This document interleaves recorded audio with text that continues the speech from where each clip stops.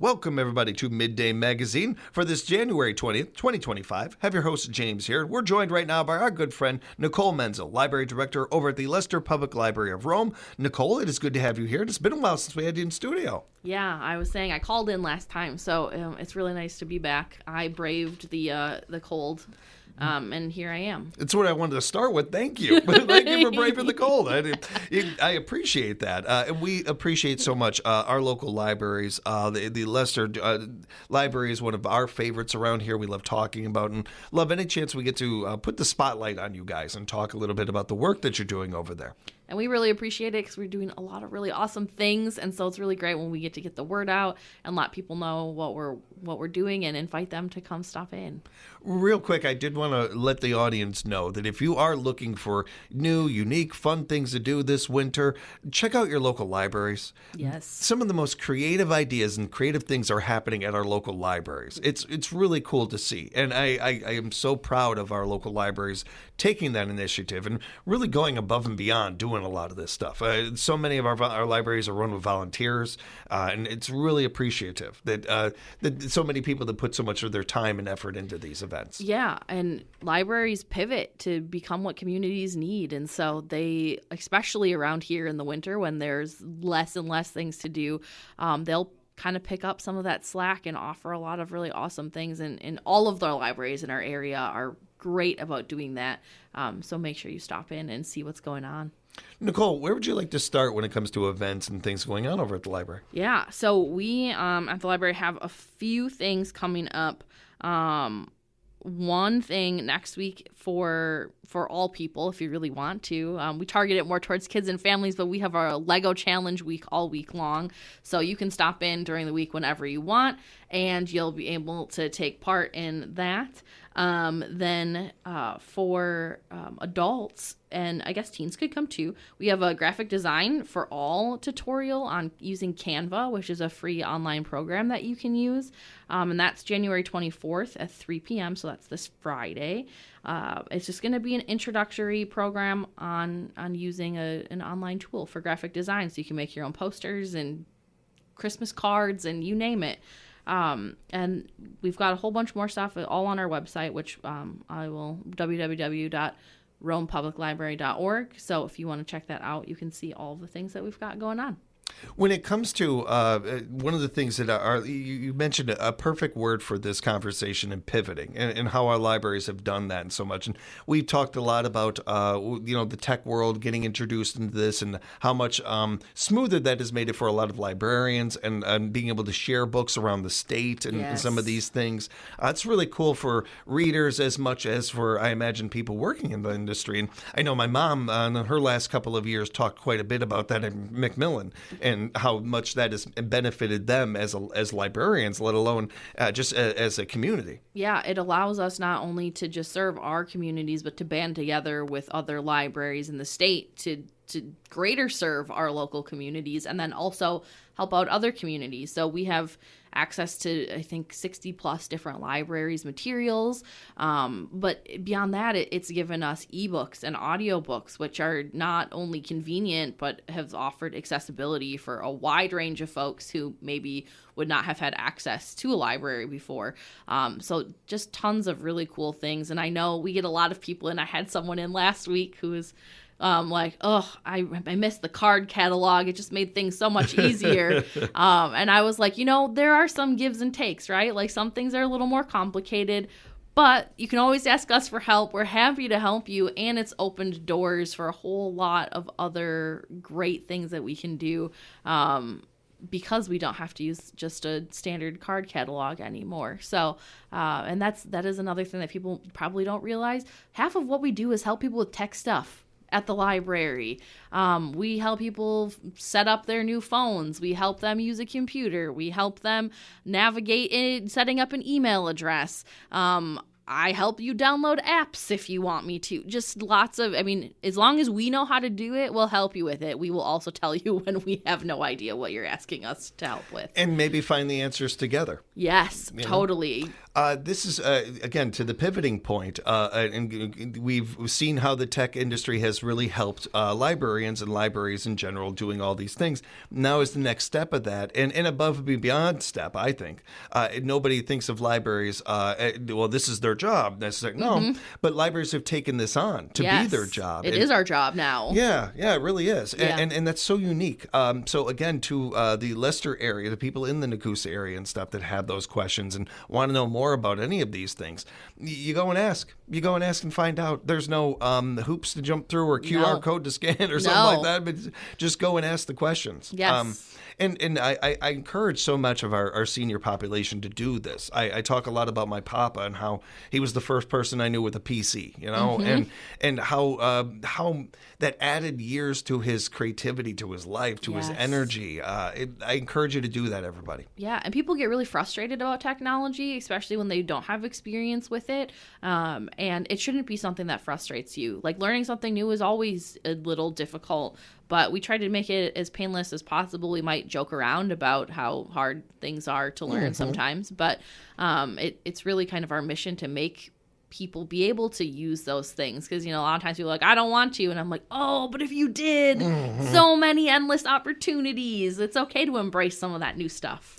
And say you embrace it or you take it in, you learn some things, and it's not for you. Now you know. Exactly. And then we're there to help you out with it. We still have people who call and ask us to reserve or, to put their books on longer because the due date's coming up. And then we've got people who do it on their own. And we will happily be there for either of those too.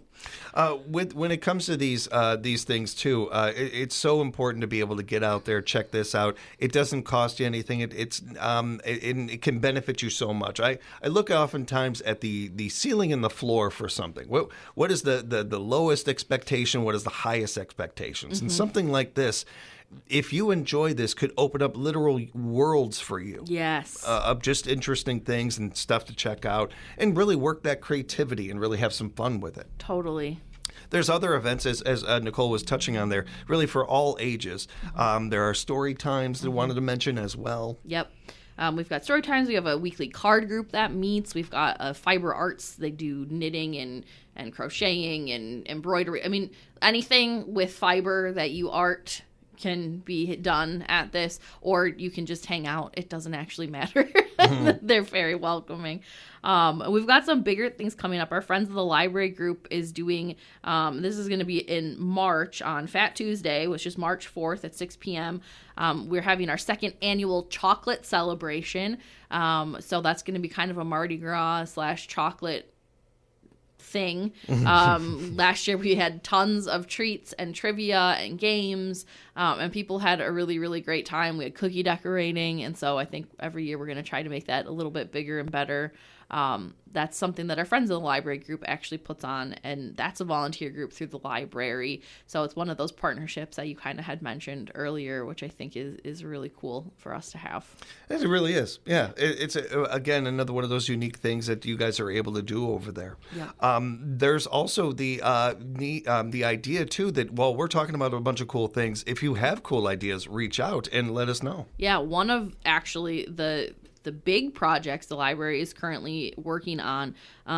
It started out as a secret garden idea, and this was brought up by a library patron who's in some of our volunteer groups, because if you've ever been to Sheboygan, there's a place called Bookworm Gardens, and it is this volunteer-run magical place where they have like 170 different books represented, and they've got hands-on activities and just like it's acres to explore. Now we're not going that big because that's not in the budget, but we were like, how can we take that? We've got extra land. We're on 2 acres. The library is itself. So how can we take that and how can we do something at our library with it? So we got a group together. It's all volunteer based, a committee, and we are actually working on that right now, setting that up to start this spring. And we've kind of transitioned it to a secret forest or a book forest. So we've got a bunch of books that picked out, and it's going to be a we'll have a path, and different stories are going to be represented, hands-on activities for kids, families, adults, whimsical, happy, and something that we can continue to add on to year after year. So there will be some gardening, but since it's in the woods, we can't plant a lot of things because they kind of need sunlight to grow. Yeah. I read that somewhere. Somewhere, yeah. yes. So we're working on that right now, and we're still welcoming anyone who wants to help out with that to get involved. It's really exciting, and it'll be cool to see what it turns out. That is going to be a really cool event. I not only look forward to this, but in years to come as you fine-tune it and really get it to where you want it. Exactly. That's going to be a cool event. Yes. There's also weekly events going on at the library. Wanted to make sure we mentioned Coffee with Friends. Yes. That sounds like my kind of thing, Nicole. I really feel like that's, if I'm doing a morning show, I want to be there. That sounds like a really fun time. That's our friends of the library started that because they noticed in the wintertime there's not a lot of social activities that happen in our area. So every Friday they bring treats and they have coffee and they sit by the fireplace, and it has like expanded itself. There are like 20 some people there now every Friday just chatting, and that's the whole point of it, is to just hang out with some new friends, old friends, chat about life, about things that are happening, not happening. Sometimes somebody will bring an activity for people to do. It's very laid back, but that has been one of our highest attended programs that we've had, and it's fun. It's just really fun. It's a great opportunity, especially in these colder months, to get out of the house, get some socializing in. Yes. We have all talked about and had seen many reports on isolation and how much that is becoming more and more of an issue for our rural communities. Get out there. As much as we can have these events, we still need you to meet us halfway. Yes.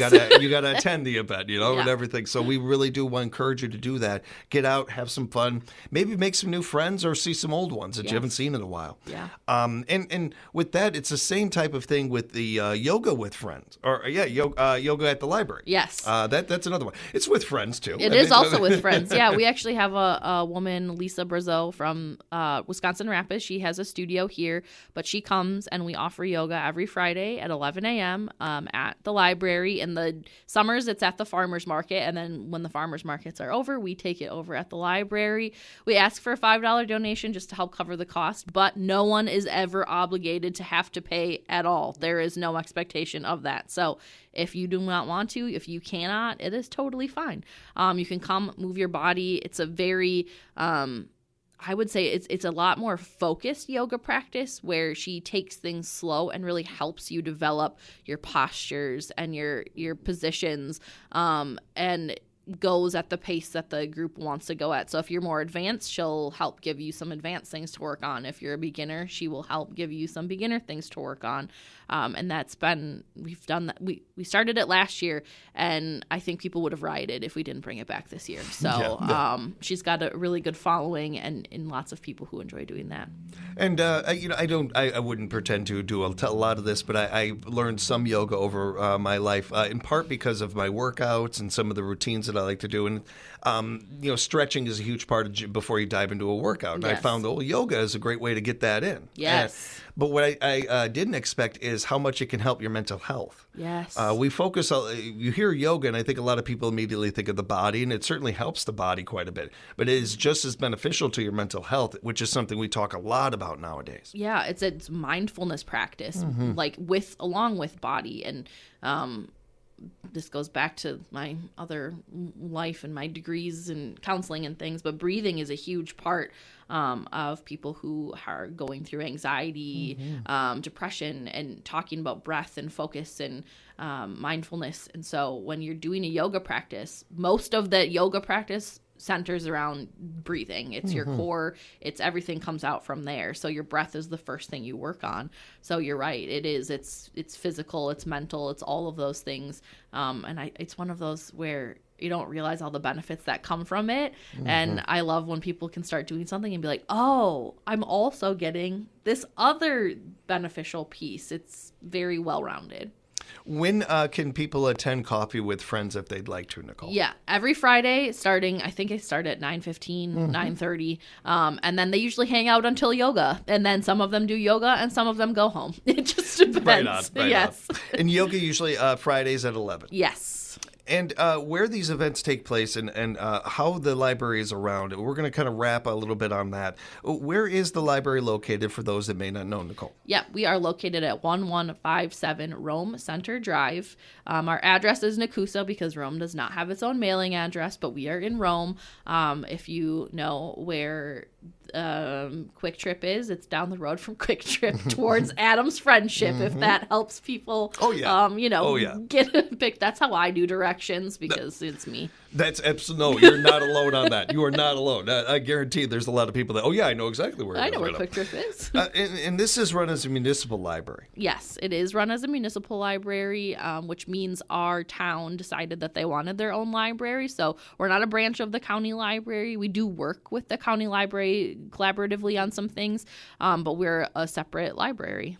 And with that in mind, that's why we encourage donations and investment. And we say donation, but to me, that word, I hear investment. Yeah. That's an investment in our future. That's an investment in our kids. That's an investment in the betterment of our community. Yes, it is. And we are very grateful to live in a community that supports its library. Not every community does that. So I hope that our community continues to do that. And if you don't live in our community and you have a library in your own community, support your library. It means so much when you have the people who live there giving back to you just as much as you are trying to give to them. We have so many incredible people working hard to keep our libraries around, keep them creative, keep them fun. Again, meeting them halfway and attending these events, promoting these events on your social media accounts and everything go so much farther than we really put into words. Yes. And certainly volunteering where you can, whether it's at these events or just in general. It's a big part of how libraries really survive is the volunteers out there. Yeah, totally. Half of the programming we do, we would not be able to do without volunteers. A lot of our weekly community programs are run by community members and saying we want the community to be able to have an open invitation to these things. So we use the library as the space, but they are the ones who coordinate, and we would not be able to do what we do without any of those groups. And when's the last time you picked up a book? Everybody, it's a great opportunity. The winter months are built for reading. Yes, they are. If you're, though, wondering, if you're not like my mother and have like 20 books on your list of which I'm going to read this one this month, this one this month, or something like that, and you're looking for something to read, that's another thing that I don't feel like we get to touch on with our libraries nearly enough is, boy, if you're looking for suggestions, they got them. Yes, that's my favorite thing to do. People always come in and they're like, not to bother you. I'm like, no, I want to talk about books. Let's do that. So that's one of my favorite things to do. If you give us things that you've read and enjoyed, things that you've read and not enjoyed, topic areas that you like, subjects, even just really simple, like I want something happy. We can usually work with that and help you find something that hopefully you'll enjoy. And if you don't enjoy that, I always say life's too short to read a book that you're not enjoying. Come back and we'll find another one. But Nicole, before we let you go and we give people the information on how they can find out more and catch up with you if they need to or ask follow-up questions, as we're talking about supporting our libraries and reading and all this, I did want to include as well, that extends to our local bookstores. Yes. And encourage you to support your local bookstores out there, everybody, and keep them thriving. Yes. Yeah. Books everywhere. I always say libraries help support authors. Bookstores help support authors. If you want books to continue to be written, both of those things are important. And, I'll have people who come into the library and they're like, it's silly for me to pay for books. And I'm like, sometimes yes, but also remember that you are supporting the people who create the books too. So you're also supporting your local communities. So keep art and literacy alive and support literature in any way you can. I think this is one of those things too where this is one of the most unique things to me about reading and about books. And it's as old as, the first book published and everything. When you have a book that you really like, and that's really great. And, maybe you give it to a friend or something like that, maybe even buy a copy for somebody. But then there's that book that means something to you. Yes. I still have the the first two books given to me, Uncle Tom's Cabin and the complete collection of Sherlock Holmes. Oh, and Edgar Allan Poe's love that. My grandfather gave me those books, and I've still got them. They mean so much to me. They're so I don't look through them all the time, but I just was moving things around yesterday and came across them again. And there's something about having those books. So when it comes to, yes, maybe checking something out, seeing if you like it, the library is a great resource for Totally, that. yes. But you want the copy of that, go to your local bookstores. I know you can get things online nowadays. Take the time, reach out, go to a bookstore. Even if it does cost an extra buck or two, that's an investment. That's money you just put back into your community. Totally. You've kept a local business alive. Totally. Encourage you to do that, everybody. Wherever you're listening to us, there are local bookstores near you. Encourage you to find out more about them. Well, and one of the cool things, there's a website called bookshop.org that you can go on to, and it will find all of the bookstores in your local area. So even if you want to shop online, you can. And you can then choose what bookstore you want that to go to. So if anywhere you live, it will pick the nearest bookstores to you that you can support. Or let's say you live here, but you have a friend who owns a bookstore in another state, you can shop online and support them as well. Mm-hmm. And Nicole, as we're wrapping up, I want to remind everybody that all these events and different things going on, there's even more next month and the month after that. Yes. Well, we don't get to hang out every month or anything. I want to remind you that there's always stuff going on over at the library. There definitely is, and we would love for anyone to stop in. You don't even have to live in Rome to come to Rome Library events, so please stop by. And if you want to find out more information or reach out to Nicole, how can they do that? Yes, you can go to our website, www.romepubliclibrary.org, or you can give us a call, 715-325-8990, and we will be happy to chat with you. Looking forward to talking and chatting with you again real soon, Nicole. Thank you so much for joining us today. Thanks, James. And we'll have more Midday Magazine coming up for you throughout the week, everybody, right here at 97.5 FM, 1320 AM, WFHR. We are locally grown radio.